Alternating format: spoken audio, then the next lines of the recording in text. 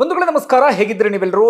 ನಾನು ಸುಬ್ರಹ್ಮಣ್ಯ ಎಸ್ ಹಂಡಿಗೆ. ಬಂಧುಗಳೇ, ಇವತ್ತು ರಾಜ್ಯ ಸರ್ಕಾರ ವಿಶೇಷ ಸಚಿವ ಸಂಪುಟ ಸಭೆ ನಡೆಸಿತು. ಆ ಸಭೆಯಲ್ಲಿ ಪ್ರಮುಖ ನಿರ್ಧಾರವೊಂದನ್ನು ತೆಗೆದುಕೊಳ್ಳಲಾಗಿದೆ. ಹೆಚ್ಚು ಕಡಿಮೆ 3 ದಶಕಗಳ ಹೋರಾಟಕ್ಕೆ ಫಲ ಸಿಕ್ತು ಎನ್ನುವಂಥ ವಿಶ್ಲೇಷಣೆಗಳೆಲ್ಲವೂ ಕೂಡ ನಡೀತಾ ಇದೆ. ಈ ವಿಚಾರಕ್ಕೆ ಸಂಬಂಧಪಟ್ಟ ಹಾಗೆ ಒಂದು 30-35 ವರ್ಷಗಳಿಂದ ನಿರಂತರವಾಗಿ ಹೋರಾಟ ಎಲ್ಲವೂ ಕೂಡ ನಡ್ಕೊಂಡು ಬಂದಿತ್ತು. ನಾನಿದೀಗ ಮಾತನಾಡೋದಕ್ಕೆ ಹೊರಟಿರೋದು ಒಳ ಮೀಸಲಾತಿಗೆ ಸಂಬಂಧಪಟ್ಟ ಹಾಗೆ. ನಾನು ನಿಮಗೆ ಈಗ ರಾಜ್ಯ ಸರ್ಕಾರ ತೆಗೆದುಕೊಂಡಿರುವಂಥ ನಿರ್ಧಾರ ಏನು ನೀಟಾಗಿ ಅರ್ಥ ಆಗುವ ರೀತಿಯಲ್ಲಿ ಸರಳವಾಗಿ ಎಕ್ಸ್ಪ್ಲೇನ್ ಮಾಡ್ತಾ ಹೋಗ್ತೀನಿ. ಮೊದಲಿಗೆ ಒಳ ಮೀಸಲಾತಿ ಅಂದ್ರೆ ಏನು, ರಾಜ್ಯ ಸರ್ಕಾರ ತೆಗೆದುಕೊಂಡಿರುವಂಥ ನಿರ್ಧಾರ ಏನು, ಈಗಲೂ ಕೂಡ ಒಂದಷ್ಟು ವಿರೋಧ ವ್ಯಕ್ತವಾಗ್ತಿದೆ, ಅದು ಯಾವ ಕಾರಣಕ್ಕಾಗಿ ಅದನ್ನ ಗಮನಿಸೋಣ. ಅದಾದ ಬಳಿಕ ಇದಕ್ಕೆ ಸಂಬಂಧಪಟ್ಟ ಹಾಗೆ ಹೋರಾಟ ಯಾವ ಹಾದಿಯಲ್ಲಿ ನಡೆದಿತ್ತು, ರಾಜ್ಯ ಸರ್ಕಾರಗಳು ಎಷ್ಟು ವಿಳಂಬ ಧೋರಣೆಯನ್ನು ಅನುಸರಿಸ್ತಾ ಇದ್ವು, ಅದೆಲ್ಲವನ್ನು ಕೂಡ ನಾವು ಗಮನಿಸ್ತಾ ಹೋಗೋಣ. ಮೊದಲಿಗೆ ಒಳ ಮೀಸಲಾತಿ ಅಂದ್ರೆ ಏನು ಅನ್ನೋದನ್ನ ಗಮನಿಸೋಣ. ಮೀಸಲಾತಿ ನಿಮ್ಮೆಲ್ಲರಿಗೂ ಕೂಡ ಗೊತ್ತೇ ಇದೆ, ಉದ್ಯೋಗ ಮತ್ತು ಶಿಕ್ಷಣದಲ್ಲಿ ಮೀಸಲಾತಿ ಒಳಗಿನ ಮೀಸಲಾತಿಯನ್ನ ನಾವು ಒಳ ಮೀಸಲಾತಿ ಅಂತ ಕರಿತೀವಿ. ಯಾವ ರೀತಿಯಾಗಿ ಅಂದ್ರೆ, ಈಗ ಪರಿಶಿಷ್ಟ ಜಾತಿ ಅಂತ ಬಂದಾಗ ಪರಿಶಿಷ್ಟ ಜಾತಿಯ ಒಳಗಡೆ ನಿಮ್ಮಲ್ಲಿ ಎಷ್ಟೋ ಜನರಿಗೆ ಗೊತ್ತಿರ್ಲಿಕ್ಕಿಲ್ಲ, ಪರಿಶಿಷ್ಟ ಜಾತಿಯ ಒಳಗಡೆ 101 ಜಾತಿಗಳು ಬರ್ತವೆ. ಮತ್ತೊಮ್ಮೆ ಹೇಳ್ತೀನಿ, ಪರಿಶಿಷ್ಟ ಜಾತಿಯ ಒಳಗಡೆಯೇ 101 ಜಾತಿಗಳು ಬರ್ತವೆ. ಹಿಂದೆ ಏನಾಗ್ತಿತ್ತು ಅಂದ್ರೆ, ಈಗ ಪರಿಶಿಷ್ಟ ಜಾತಿಗಳಿಗೆ 15% ಮೀಸಲಾತಿ ಅಂತ ಇಟ್ಕೊಳ್ಳೋಣ. ಆ 15% ಮೀಸಲಾತಿಯಲ್ಲಿ ಹಿಂದೆ ಇದ್ದಂತ ವಾದ ಏನಪ್ಪಾ ಅಂದ್ರೆ, ಆ 101 ಜಾತಿಗಳಲ್ಲಿ ಸ್ವಲ್ಪ ಪ್ರಬಲವಾದಂತ ಜಾತಿಗಳು ಯಾವ್ದಿದ್ದಾವೆ, ಸ್ವಲ್ಪ ಸ್ಟ್ರಾಂಗ್ ಆಗಿರುವಂತ ಜಾತಿಗಳು ಯಾರಿದ್ದಾರೆ, ಅವರು ಮಾತ್ರ ಅದರಲ್ಲಿ ಅನುಭವಿಸ್ತಾ ಇದ್ದಾರೆ, ಹೆಚ್ಚಿನ ಪಾಲು ಅವರಿಗೆ ಹೋಗ್ತಾ ಇದೆ. ಯಾರು ಸ್ವಲ್ಪ ತಳ ಸಮುದಾಯದಲ್ಲಿ ಇದ್ದಾರೆ, ಅಸ್ಪೃಶ್ಯರು ಅಂತ ಯಾರಿದ್ದಾರೆ, ಅಥವಾ ಅಲ್ಲೂ ಕೂಡ ಒದ್ದಾಡುವಂಥವ್ರು ಯಾರಿದ್ದಾರೆ, ಅವರಿಗೆ ಈ 101 ಜಾತಿಯ ಒಳಗಡೆ ಇರುವಂತ ಪ್ರಬಲ ಜಾತಿಗಳ ನಡುವೆ ಹೋರಾಟವನ್ನ ಮಾಡೋದಕ್ಕೆ ಸಾಧ್ಯ ಆಗ್ತಿಲ್ಲ, ಅವರಿಗೆ ಅನ್ಯಾಯ ಆಗ್ತಾ ಇದೆ, ಮೀಸಲಾತಿಯ ಲಾಭ ಅವರಿಗೆ ಸರಿಯಾದ ರೀತಿಯಲ್ಲಿ ಸಿಗ್ತಾ ಇಲ್ಲ. ಇದರಲ್ಲಿ ಕೆಲವು ಜಾತಿಗಳು ಮಾತ್ರ ಮೀಸಲಾತಿಯ ಲಾಭವನ್ನ ಪಡೆದುಕೊಂಡು ಮೇಲೆ ಹೋಗ್ತಿದ್ದಾರೆ, ಉಳಿದಂಥವರು ಹಿಂದೆಯೇ ಉಳಿತಿದ್ದಾರೆ. ಹೀಗಾಗಿ ಅದರ ಒಳಗಡೆ ಅಂದ್ರೆ ಈ 101 ಜಾತಿಯ ಒಳಗಡೆ ಮೀಸಲಾತಿಯನ್ನು ಹಂಚಿಕೆ ಮಾಡಬೇಕು ಅನ್ನೋದೇ ವಾದ ಇದ್ದಿದ್ದು. ಅದನ್ನೇ ನಾವು ಒಳ ಮೀಸಲಾತಿ ಅಂತ ಹೇಳಿ ಕರಿತೀವಿ. ಮೀಸಲಾತಿಯ ಒಳಗಡೆ ಮೀಸಲಾತಿಯನ್ನ ಹಂಚಿಕೆ ಮಾಡೋದನ್ನ ಒಳ ಮೀಸಲಾತಿ ಅಂತ ಕರಿತೀವಿ. ಈಗ ರಾಜ್ಯ ಸರ್ಕಾರ ತೆಗೆದುಕೊಂಡಿರುವಂತ ನಿರ್ಧಾರ ಏನು ಅದನ್ನ ಗಮನಿಸೋಣ. ಈಗ ಅವರು ಮೀಸಲಾತಿಯನ್ನ ಹಂಚಿಕೆ ಮಾಡಿದ್ದಾರೆ. ಈಗ ಮೀಸಲಾತಿ ಪ್ರಮಾಣವನ್ನ 56% ಹೆಚ್ಚಳ ಮಾಡಲಾಗಿತ್ತಲ್ಲ, ಆದ್ರೆ ಈಗ ರಾಜ್ಯ ಸರ್ಕಾರ 50% ಒಳಗಡೆ ಈ ನಿರ್ಧಾರವನ್ನ ತೆಗೆದುಕೊಂಡಿದೆ. ಮುಂಚೆ ಏನ್ ಮಾಡಲಾಗಿತ್ತು ಅಂದ್ರೆ 56% ಹೆಚ್ಚಳ ಮಾಡಿ ಪರಿಶಿಷ್ಟ ಜಾತಿಯವರಿಗೆ 17% ಕೊಡಲಾಗಿತ್ತು. ಆದ್ರೆ ಕಾನೂನು ರೀತಿಯಲ್ಲಿ ಸಂಘರ್ಷ ಎದುರಾಗಬಹುದು, ಮತ್ತೇನಾದ್ರೂ ಸಮಸ್ಯೆ ಆಗಬಹುದು ಎನ್ನುವ ಕಾರಣಕ್ಕಾಗಿ 50% ಒಳಗಡೆಯೇ 15% ಮೀಸಲಾತಿ ಪ್ರಮಾಣವನ್ನ ನಿಗದಿಪಡಿಸಿ ಅದರ ಒಳಗಡೆ ಹಂಚಿಕೆಯನ್ನು ಮಾಡಲಾಗಿದೆ. ಇದನ್ನ ನೀಟಾಗಿ ಎಕ್ಸ್ಪ್ಲೇನ್ ಮಾಡ್ತಾ ಹೋಗ್ತೀನಿ. ಇವತ್ತು ರಾಜ್ಯ ಸರ್ಕಾರ ತೆಗೆದುಕೊಂಡಿರುವಂತಹ ನಿರ್ಧಾರ, ಒಟ್ಟು ಜಾತಿ ಇರೋದು ನಾನು ಈಗಾಗಲೇ ಹೇಳಿದ ಹಾಗೆ 101 ಜಾತಿಗಳು. ಅದರಲ್ಲಿ ನಿಮಗೆ ಎಡಗೈ ಸಮುದಾಯ ಅಂತ ಬರುತ್ತೆ. ಎಡಗೈ ಸಮುದಾಯದ ಒಂದಷ್ಟು ಸಚಿವರು, ಶಾಸಕರು ನಮ್ಮ ರಾಜ್ಯದಲ್ಲಿ ಇದ್ದಾರೆ. ಎಡಗೈ ಸಮುದಾಯ ಅಂದ್ರೆ ಮಾದಿಗ ಸಮುದಾಯ. ಈ ಮಾದಿಗ ಸಮುದಾಯದವರಿಗೆ 15%ರಲ್ಲಿ 5.25% ಕೊಡಲಾಗಿದೆ. ಇವರ ಒಳಗಡೆ ಎಡಗೈ ಒಳಗಡೆ ಒಟ್ಟು 18 ಜಾತಿಗಳು ಬರುತ್ತೆ. ಜಾತಿ ಒಳಗಡೆ ಜಾತಿ ಈ ರೀತಿಯಾಗಿ ಎಡಗೈ ಒಳಗಡೆ ಅಂದ್ರೆ ಮಾದಿಗರಲ್ಲಿ 18 ಜಾತಿಗಳು ಬರುತ್ತೆ. ಅವರಿಗೆ ಇದೀಗ 5.25% ಹಂಚಿಕೆಯನ್ನ ಮಾಡಲಾಗಿದೆ. ಇವ್ರದ್ದು ಹಿಂದಿನಿಂದಲೂ ಕೂಡ ಇದ್ದಂತಹ ವಾದ ಏನಪ್ಪಾ ಅಂದ್ರೆ, ನಮ್ಮ ಜನಸಂಖ್ಯೆ ಜಾಸ್ತಿ ಇದೆ, ಆದ್ರೆ ನಾವು ಹಿಂದುಳಿದು ಬಿಟ್ಟಿದ್ದೇವೆ, ಅಥವಾ ನಾವು ತುಂಬಾ ತಳದಲ್ಲಿ ಇದ್ದೇವೆ, ನಮಗೆ ಸರಿಯಾದ ರೀತಿಯಲ್ಲಿ ಸಿಗ್ತಾ ಇಲ್ಲ, ಜನಸಂಖ್ಯೆ ಆಧಾರದ ಮೇಲೆ ನಮಗೆ ಜಾಸ್ತಿ ಮೀಸಲಾತಿ ಬೇಕು ಅಂತ ಹೇಳಿ ಇವರು ವಾದವನ್ನ ಮಂಡಿಸ್ತಾ ಇದ್ರು. ಆದ್ರೆ ಇದೀಗ ಸಮನಾಗಿ ಹಂಚಿಕೆಯನ್ನು ಮಾಡಲಾಗಿದೆ 5.25. ಇದರಲ್ಲಿ ಎಷ್ಟರ ಮಟ್ಟಿಗೆ ಅಸಮಾಧಾನ ಇದೆ ಏನು ಮುಂದಷ್ಟೇ ಗೊತ್ತಾಗಬೇಕಿದೆ. ಬಹುತೇಕ ನನ್ನ ಪ್ರಕಾರ ಈಗ ಸಮಾಧಾನ ಆಗಿರಬಹುದು, ಆದ್ರೆ ಒಂದಷ್ಟು ಮಂದಿಗೆ ಅಸಮಾಧಾನ ಇರಬಹುದು.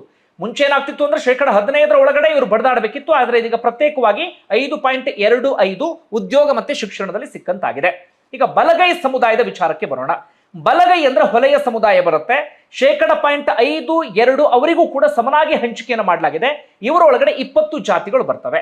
ಇವರು ಈ ಒಳ ಮೀಸಲಾತಿಗೆ ತಕ್ಕ ಮಟ್ಟಿಗೆ ವಿರೋಧವನ್ನು ವ್ಯಕ್ತಪಡಿಸ್ತಾ ಇದ್ರು. ಕಾರಣ ಏನಪ್ಪಾ ಅಂದ್ರೆ, ಇವರಿಗೊಂದು ಆತಂಕ ಇತ್ತು, ಎಡಗೈ ಸಮುದಾಯದವರ ಜನಸಂಖ್ಯೆ ಜಾಸ್ತಿ ಇರುವ ಕಾರಣಕ್ಕಾಗಿ ಅವರಿಗೆ ಮೀಸಲಾತಿ ಪ್ರಮಾಣವನ್ನ ಜಾಸ್ತಿ ಮಾಡಬಹುದು, ನಮಗೆ ಕಡಿಮೆ ಆಗಬಹುದು ಎನ್ನುವ ರೀತಿಯಾದಂತಹ ಆತಂಕ ಇವರಿಗೆ ಇತ್ತು. ಆ ಕಾರಣಕ್ಕಾಗಿ ಇವರು ಆಗಾಗ ವಾಯ್ಸ್ ರೈಸ್ ಮಾಡ್ತಾನೆ ಇದ್ರು. ಒಳ ಮೀಸಲಾತಿಗೆ ಸಂಬಂಧಪಟ್ಟ ಹಾಗೆ ನಮಗೆ ಇದರಿಂದ ಅನ್ಯಾಯ ಆಗುತ್ತೆ ಎನ್ನುವ ರೀತಿಯಲ್ಲೂ ಕೂಡ ಇವರು ವಾದವನ್ನ ಮಂಡಿಸ್ತಾ ಇದ್ರು.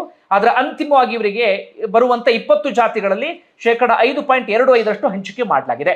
ಎಡಗೈಗೆ ಹೋಲಿಕೆ ಮಾಡಿಕೊಂಡರೆ ಬಲಗೈ ಸರ್ವೇ ಸಾಮಾನ್ಯವಾಗಿರುವಂತ ವಿಶ್ಲೇಷಣೆ ತಕ್ಕ ಮಟ್ಟಿಗೆ ಅವರು ಮುಂದೆ ಹೋಗಿದ್ದಾರೆ, ತಕ್ಕ ಮಟ್ಟಿಗೆ ಸರ್ಕಾರಿ ಸವಲತ್ತುಗಳನ್ನು ಚೆನ್ನಾಗಿ ಪಡೆದುಕೊಳ್ತಾ ಇದ್ದಾರೆ, ಉದ್ಯೋಗ ಮತ್ತೆ ಶಿಕ್ಷಣದಲ್ಲೂ ಕೂಡ ಸ್ವಲ್ಪ ಮುಂದೆನೆ ಇದ್ದಾರೆ ಎನ್ನುವಂತ ವಾದ ಹಿಂದಿನಿಂದಲೂ ಕೂಡ ಇತ್ತು. ಇರುವಂತ ವಿಚಾರವನ್ನ ಮಾತ್ರ ನಿಮ್ಮ ಮುಂದೆ ಪ್ರಸ್ತಾಪ ಮಾಡ್ತಾ ಇದ್ದೇನೆ. ಈಗ ಎಡಗೈ ಮತ್ತೆ ಬಲಗೈ ಎರಡರದ್ದು ಕೂಡ ನಿಮಗೆ ಅರ್ಥ ಆಯಿತು ಅನ್ಕೊಳ್ತೇನೆ. ಸ್ಪರ್ಶ ಸಮುದಾಯ, ಸ್ಪರ್ಶ ಸಮುದಾಯದಲ್ಲಿ ಪ್ರಮುಖವಾಗಿ ಯಾವ್ಯಾವ ಜಾತಿ ಬರುತ್ತೆ ಅಂದ್ರೆ ನಿಮಗೆ ಅದು ನೀಟಾಗಿ ಅರ್ಥ ಆಗ್ತಾ ಹೋಗುತ್ತೆ. ಪ್ರಮುಖವಾಗಿ ಅವರಲ್ಲಿ ಕೊರಮ, ಕೊರಚ, ಲಂಬಾಣಿ, ಬಂಜಾರ, ಬೋವಿ ಇವರೆಲ್ಲರೂ ಕೂಡ ಬರ್ತಾರೆ. ಒಟ್ಟು ಹೆಚ್ಚು ಕಡಿಮೆ 63 ಜಾತಿಗಳು ಇವರಲ್ಲಿ ಬರ್ತಾರೆ. ಅಲ್ಲಿ 4.5ರಷ್ಟು ಇದೀಗ ಹಂಚಿಕೆಯನ್ನ ಮಾಡಲಾಗಿದೆ. ಇವರಿಂದ ಹಿಂದಿನಿಂದಲೂ ಕೂಡ ಒಂದಷ್ಟು ವಿರೋಧ ವ್ಯಕ್ತವಾಗ್ತಾನೆ ಬರ್ತಾ ಇತ್ತು. ನಾವು ಕೂಡ ಇದರಲ್ಲೇ ಇದ್ದೇವೆ, ನಮಗೂ ಕೂಡ ಸಾಕಷ್ಟು ಸಮಸ್ಯೆ ಇದೆ, ನಾವು ಕೂಡ ಅಭಿವೃದ್ಧಿಯನ್ನ ಹೊಂದಿಲ್ಲ, ನಮಗೆ ಸರಿಯಾದ ರೀತಿಯಲ್ಲಿ ಮೀಸಲಾತಿ ಪ್ರಮಾಣ ಹಂಚಿಕೆ ಆಗುತ್ತೋ ಇಲ್ವೋ ಎನ್ನುವ ರೀತಿಯಲ್ಲಿ ಅವರು ವಿರೋಧವನ್ನು ವ್ಯಕ್ತಪಡಿಸ್ಕೊಂಡೇ ಬರ್ತಾ ಇದ್ರು. 15% ಇತ್ತಲ್ಲ, ಅದರಲ್ಲೇ ಹೇಗೋ ಬಡದಾಡ್ತೀವಿ, ಈಗ ಹಂಚಿಕೆ ಆಯ್ತು ಅಂತಂದ್ರೆ ನಮಗೆ ಕಡಿಮೆ ಆಗುತ್ತೆ ಎನ್ನುವಂತ ರೀತಿಯಲ್ಲಿ ಈಗಲೂ ಕೂಡ ಈಗ ಹಂಚಿಕೆ ಆದ ಬಳಿಕವೂ ಕೂಡ ಒಂದಷ್ಟು ಮಂದಿ ಅಸಮಾಧಾನವನ್ನ ವ್ಯಕ್ತಪಡಿಸ್ತಾನೆ ಇದ್ದಾರೆ. ಒಟ್ಟು 63 ಜಾತಿಗಳು ಈ ಸ್ಪರ್ಶ ಸಮುದಾಯದಲ್ಲಿ ಬರುತ್ತೆ. ಸ್ಪರ್ಶ ಸಮುದಾಯ ಹೇಗೆ ಅಂದ್ರೆ ಇವರು ಅಂದ್ರೆ ಯಾವ್ದನ್ನ ಮೇಲ್ಜಾತಿಗಳು, ನಾನು ಯಾರನ್ನೂ ಕೂಡ ಕೆಳಜಾತಿ ಮೇಲ್ಜಾತಿ ಅಂತಿಲ್ಲ, ಆದ್ರೆ ಮೇಲ್ಜಾತಿ ಅಂತ ಯಾರನ್ನ ಕರೀತಾರೆ ಅವ್ರ ಜೊತೆಗೆ ತಕ್ಕ ಮಟ್ಟಿಗೆ ಆರಾಮಾಗಿದ್ದಾರೆ ಎನ್ನುವ ರೀತಿಯಲ್ಲಿ. ಅಂದ್ರೆ ನಿಮ್ಗೆ ಗೊತ್ತಲ್ಲ, ಈ ಎಡಗೈ ಮತ್ತೆ ಬಲಗೈ ಅವರನ್ನ ಸ್ಪರ್ಶಿಸೋದಿಕ್ಕೂ ಒಂದಷ್ಟು ಮಂದಿ ಹಿಂದೇಟನ್ನ ಹಾಕುವಂತ ದರಿದ್ರ ಸಮಾಜ ನಮ್ದು. ಅಂಥದ್ರಲ್ಲಿ ಇವರಿಗೆ ಅಷ್ಟರ ಮಟ್ಟಿಗೆ ಸಮಸ್ಯೆ ಇಲ್ಲ ಎನ್ನುವಂತ ಒಂದು ವಾದ ಅಥವಾ ಒಂದು ಮಾತು ಸರ್ವೇ ಸಾಮಾನ್ಯವಾಗಿ ಸಾರ್ವಜನಿಕ ವಲಯದಲ್ಲಿ ಇದ್ದೇ ಇದೆ. ಒಟ್ಟು 63 ಜಾತಿಗಳು ಬರುತ್ತೆ. ಈ ರೀತಿಯಾಗಿ ಹಂಚಿಕೆಯನ್ನು ಮಾಡಲಾಗಿದೆ. ಆದ್ರೆ ಈಗ ಯಾರಿಗೆ ಅನ್ಯಾಯ ಆಯ್ತು ಎನ್ನುವಂತ ಕೂಗು ಅಂದ್ರೆ ಇವರ ಜೊತೆಗೆ ಈಗ ಕೊರಮ, ಕೊರಚ, ಬೋವಿ, ಬಂಜಾರ, ಲಂಬಾಣಿ ಇವರ ಜೊತೆಗೆ ಅಲೆಮಾರಿಗಳನ್ನು ಕೂಡ ಸೇರಿಸಲಾಗಿದೆ. ಅಲೆಮಾರಿಗಳಲ್ಲಿ ಮತ್ತೆ ನಿಮಗೆ 59 ಉಪಜಾತಿಗಳು ಬರುತ್ತೆ. ಹೆಚ್ಚು ಕಡಿಮೆ ಒಂದು 5 ಲಕ್ಷ ಜನಸಂಖ್ಯೆ ಇರಬಹುದು. ಇವತ್ತಿಗೂ ಕೂಡ ಅವರು ಒದ್ದಾಡ್ತಾ ಇದ್ದಾರೆ. ಇವತ್ತಿಗೂ ಅದೆಷ್ಟು ಮಂದಿಗೂ ಒಂದು ಮನೆ ಇಲ್ಲ, ಸಣ್ಣ ಜೋಪಡಿ ಇಲ್ಲ, ಎಲ್ಲೆಲ್ಲೋ ಬದುಕನ್ನ ಕಟ್ಕೊಳ್ಳುವಂತಹ ಪರಿಸ್ಥಿತಿ, ಅವ್ರದ್ದು ಸರಿಯಾದ ರೀತಿಯಲ್ಲಿ ಉದ್ಯೋಗ ಇಲ್ಲ. ಅವರ ಬಗ್ಗೆ ನಾನು ಹೇಳ್ತಾ ಹೋದ್ರೆ ಒಂದು ಪ್ರತ್ಯೇಕವಾದಂಥ ವಿಡಿಯೋವನ್ನೇ ಮಾಡಬಹುದು. ಈಗ ಅಲೆಮಾರಿಗಳು ಏನ್ ಕೇಳ್ತಾ ಇದ್ರು ಅಂದ್ರೆ ನಮಗೆ 1% ಪ್ರತ್ಯೇಕವಾಗಿ ನಮಗೆ ಹಂಚಿಕೆಯನ್ನು ಮಾಡಿ ಎನ್ನುವಂತ ರೀತಿಯಲ್ಲಿ. ಆದ್ರೆ ಈಗ ಅವರ ಜೊತೆಗೆ ಸೇರಿಸ್ಬಿಟ್ಟಿದ್ದಾರೆ. ಆದ್ರೆ ಇವತ್ತು ಸಿಎಂ ಹೇಳ್ತಾ ಇದ್ರು 5 ಹುದ್ದೆ ಅಂದ್ರೆ ಅದ್ರಲ್ಲಿ 1 ಹುದ್ದೆ ಅಲೆಮಾರಿಗಳಿಗೆ ಎನ್ನುವ ರೀತಿಯಲ್ಲಿ, ಅಂದ್ರೆ 20% ಅವರಿಗೆ ಹೋಗುತ್ತೆ ಎನ್ನುವ ರೀತಿಯಲ್ಲಿ ಅವರು ಹೇಳ್ತಾ ಇದ್ರು. ಆದ್ರೆ ಅಲೆಮಾರಿಗಳಿಂದ ಈ ಕ್ಷಣಕ್ಕೂ ಕೂಡ ತೀವ್ರ ವಿರೋಧ ವ್ಯಕ್ತವಾಗ್ತಿದೆ. ಹಿಂದಿನಿಂದಲೂ ಕೂಡ ನಮಗೆ ಅನ್ಯಾಯ ಹಾಕೊಂಡು ಬಂದಿದೆ, ಈಗಲೂ ಕೂಡ ನಮಗೆ ಅನ್ಯಾಯವನ್ನ ಮಾಡಿದ್ದಾರೆ ಎನ್ನುವಂತ ರೀತಿಯಲ್ಲಿ ಒಟ್ಟಾರೆಯಾಗಿ ಒಂದು ಕಗ್ಗಂಟಾಗಿತ್ತು. ಆ ಕಗ್ಗಂಟನ್ನ ಬಿಡಿಸುವಲ್ಲಿ ಸಿಎಂ ಸಿದ್ದರಾಮಯ್ಯನವರು ಯಶಸ್ವಿಯಾಗಿದ್ದಾರೆ. ವಿಪರೀತವಾದಂಥ ಒತ್ತಡ ಅವರ ಮೇಲೆ ಇತ್ತು. ಹಿಂದೆ ಸಾಕಷ್ಟು ಪ್ರತಿಭಟನೆ, ಹೋರಾಟ ಎಲ್ಲವೂ ಕೂಡ ನಡೆದಿತ್ತು. ತಕ್ಕ ಮಟ್ಟಿಗೆ ಒಂದು ಸಂಧಾನ ಸೂತ್ರವನ್ನು ಹಿಡಿಯುವಲ್ಲಿ ಯಶಸ್ವಿಯಾಗಿದ್ದಾರೆ. ಆದ್ರೆ ಇದು ಎಷ್ಟರ ಮಟ್ಟಿಗೆ ಸಕ್ಸಸ್ ಆಗುತ್ತೆ, ಮುಂದೆ ಇದಕ್ಕೂ ವಿರೋಧ ವ್ಯಕ್ತವಾಗುತ್ತಾ, ಏನ್ ಕತೆ, ಅದನ್ನ ನಾವು ಮುಂದೆ ಕಾದು ನೋಡಬೇಕಾಗಿದೆ. ಈಗ ಹೋರಾಟದ ಹಾದಿ ಹೇಗಿತ್ತು ಅದಕ್ಕೆ ಸಂಬಂಧಪಟ್ಟ ಒಂದು ಚುಟುಕು ವಿವರವನ್ನು ಗಮನಿಸ್ತಾ ಹೋಗೋಣ. ಬಂಧುಗಳೇ, ಮೊದಲು ಹೋರಾಟ ಆರಂಭ ಆಗಿದ್ದು ಇದಕ್ಕೆ ಸಂಬಂಧಪಟ್ಟ ಹಾಗೆ ಪಂಜಾಬ್ನಲ್ಲಿ 1970 ಆಸುಪಾಸಿನಲ್ಲಿ. 75ರಲ್ಲಿ ಮೊದಲು ಅಲ್ಲಿ ಒಳ ಮೀಸಲಾತಿಯನ್ನು ಜಾರಿಗೆ ತರಲಾಯಿತು. ಅದಾದ ಬಳಿಕ ಹರಿಯಾಣದಲ್ಲೂ ಕೂಡ ಅದನ್ನು ಮಾಡಲಾಯಿತು. ನಮ್ಮ ದಕ್ಷಿಣ ಅಂತ ಬಂದಾಗ ಆಂಧ್ರದಲ್ಲಿ ಹಾಗೆ ತಮಿಳುನಾಡಲ್ಲಿ ಹೋರಾಟ ನಡೆದಿತ್ತು. ಆಂಧ್ರದಲ್ಲಂತೂ ದೊಡ್ಡ ಮಟ್ಟಿಗೆ ಹೋರಾಟ, ಮಾದಿಗ ದಂಡೋರ ಸಮುದಾಯದವರು ದೊಡ್ಡ ಮಟ್ಟಿಗೆ ಹೋರಾಟವನ್ನ ಮಾಡಿ ಅದು ಸುಪ್ರೀಂ ಕೋರ್ಟ್ ಹಂತದವರೆಗೂ ಕೂಡ ಹೋಗಿ ನಾನಾ ರೀತಿಯಾದಂಥ ಬೆಳವಣಿಗೆ ಎಲ್ಲವೂ ಕೂಡ ಆಗಿತ್ತು ಆ ವಿಚಾರದಲ್ಲಿ. ನಮ್ಮ ರಾಜ್ಯ ಅಂತ ಬಂದಾಗ ಹೆಚ್ಚು ಕಡಿಮೆ 1990ರ ಮಧ್ಯಭಾಗದಲ್ಲಿ 96, 97, 98ರಲ್ಲಿ ಹೋರಾಟ ಆರಂಭ ಆಯಿತು. ಎಸ್.ಎಂ. ಕೃಷ್ಣನವರ ಕಾಲದಲ್ಲಿ ಹೋರಾಟ ತೀವ್ರ ಸ್ವರೂಪವನ್ನು ಪಡೆದುಕೊಳ್ತು ಒಳ ಮೀಸಲಾತಿಗೆ ಸಂಬಂಧಪಟ್ಟ ಹಾಗೆ. ಅದಾದ ಬಳಿಕ ನ್ಯಾಯಮೂರ್ತಿಗಳಾಗಿರುವಂತಹ ಸದಾಶಿವ ಅವರ ನೇತೃತ್ವದಲ್ಲಿ ಒಂದು ಆಯೋಗವನ್ನು ಕೂಡ ರಚನೆ ಮಾಡಲಾಯಿತು. ಅವರು ವರದಿಯನ್ನು ಕೂಡ ಕೊಡ್ತಾರೆ ಇದಕ್ಕೆ ಸಂಬಂಧಪಟ್ಟ ಹಾಗೆ ಅಧ್ಯಯನವನ್ನ ಮಾಡಿ. ಅದಾದ ಬಳಿಕ ಬೇರೆ ಬೇರೆ ರಾಜ್ಯ ಸರ್ಕಾರಗಳು ಕೂಡ ಬಂದ್ವು. ಯಡಿಯೂರಪ್ಪನವ್ರ ಸರ್ಕಾರ, ಸದಾನಂದ ಗೌಡರ ಸರ್ಕಾರ ಬಂತು. ಅದಾದ ಬಳಿಕ ಸಿದ್ದರಾಮಯ್ಯವರು ಮತ್ತೊಮ್ಮೆ ಬಂದರು. ಅದಾದ ನಂತರ ಮೈತ್ರಿ ಸರ್ಕಾರ ಬಂತು. ಇಂಥದ್ದೆಲ್ಲವೂ ಕೂಡ ಆಯಿತು. ಆದರೆ ಒಳ ಮೀಸಲಾತಿಯನ್ನು ನಾನಾ ಕಾರಣಗಳಿಗಾಗಿ ಜಾರಿ ಮಾಡೋದಕ್ಕೆ ಸಾಧ್ಯ ಆಗಲಿಲ್ಲ. ಒಂದಷ್ಟು ಮಂದಿ ಉತ್ಸಾಹವನ್ನೇ ತೋರಲಿಲ್ಲ, ಇನ್ನೊಂದಷ್ಟು ಮಂದಿ ಉತ್ಸಾಹವನ್ನ ತೋರಿದ್ರು, ಆದರೆ ವಿರೋಧ ಬೇರೆ ಬೇರೆ ಕಾರಣಗಳಿಗಾಗಿ ಜಾರಿ ಮಾಡೋದಕ್ಕೆ ಸಾಧ್ಯ ಆಗಲಿಲ್ಲ. ಆದರೆ ಬೊಮ್ಮಾಯಿ ಅವರು ಸರ್ಕಾರ ಇದ್ದಾಗ ಒಂದಷ್ಟು ನಿರ್ಧಾರವನ್ನು ತೆಗೆದುಕೊಳ್ಳೋದಕ್ಕೆ ಹೊರಟರು. ಅಲ್ಲೂ ಒಂದಷ್ಟು ಎಡವಟ್ಟುಗಳೆಲ್ಲವೂ ಕೂಡ ಆಯಿತು.